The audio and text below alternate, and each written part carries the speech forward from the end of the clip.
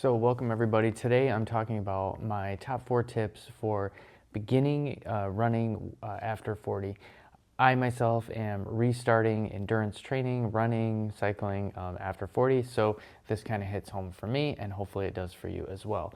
And stick around for number 4 because it's a great reminder for all of us, not just beginners. So without further ado, here are my top 4 tips for getting back or beginning running after 40. Number 1 is create goals.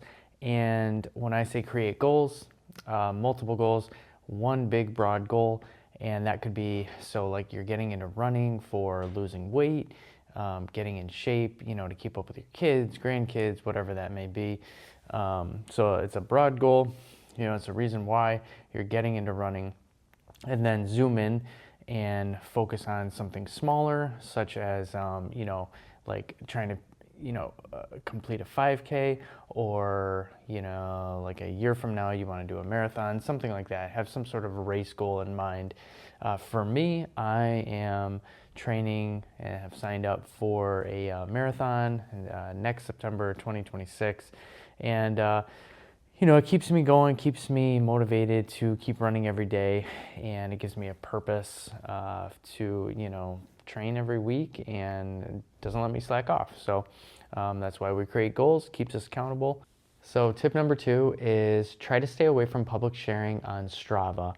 If you're not familiar with what Strava is, it's a nice app that tracks your fitness, your workouts, but it also has a social media side where everyone, that you're connected with, sees what you're doing, can comment on it, can like it, all that good stuff, which can be a good thing sometimes.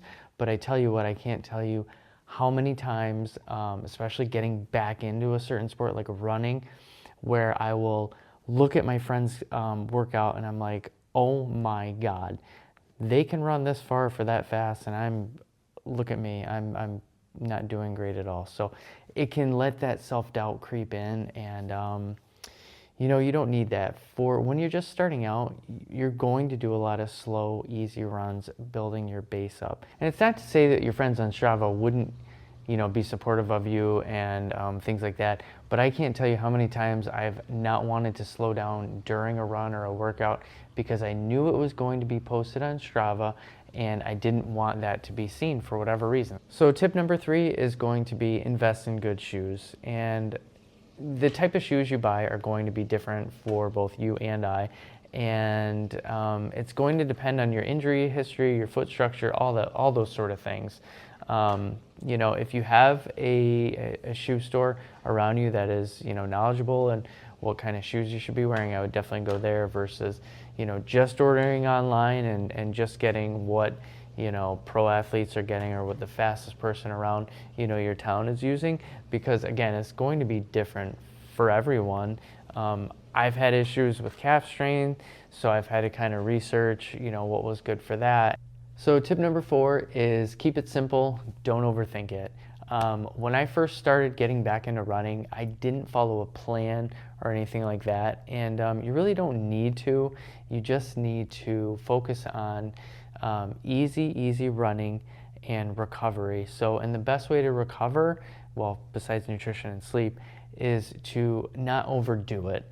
And not overdoing it in your workouts, it might look different for everyone. For me, when I just got back into running, it was running for 2 minutes and then walking for 2 minutes. And then I would repeat that until I could do 3, 4, 5, and so on. And, and then I built up to 30 minutes. And over the course of 3 or 4 months, I'm running up to 45 minutes. And eventually I'll work in intervals and all the other tempo, threshold, VO2 max, all that stuff isn't needed when you're starting out. And it's especially not needed if you're prone to injuries, if you're overweight and just trying to get into the sport. You don't want to get hurt because then you're going to get thrown off track and you're going to be starting all over again and wondering why the heck it keeps happening. Well, it's because you're overdoing it, and you need to ease up and stop overthinking. And for me, like, again, easy running could be like you can almost hold a conversation. If you're using heart rate, that's a whole nother thing. But again, if you're just starting out, you don't need heart rate, you don't need GPS. Just go out and go out for an easy jog, and then you can get into all that other stuff. So remember, everyone starts somewhere, and consistency is the key to getting fitter and faster. So I hope you enjoyed these 4 tips. If you did, please like, share, and subscribe, and let me know how your fitness journey is going, and I'll see you on the next video.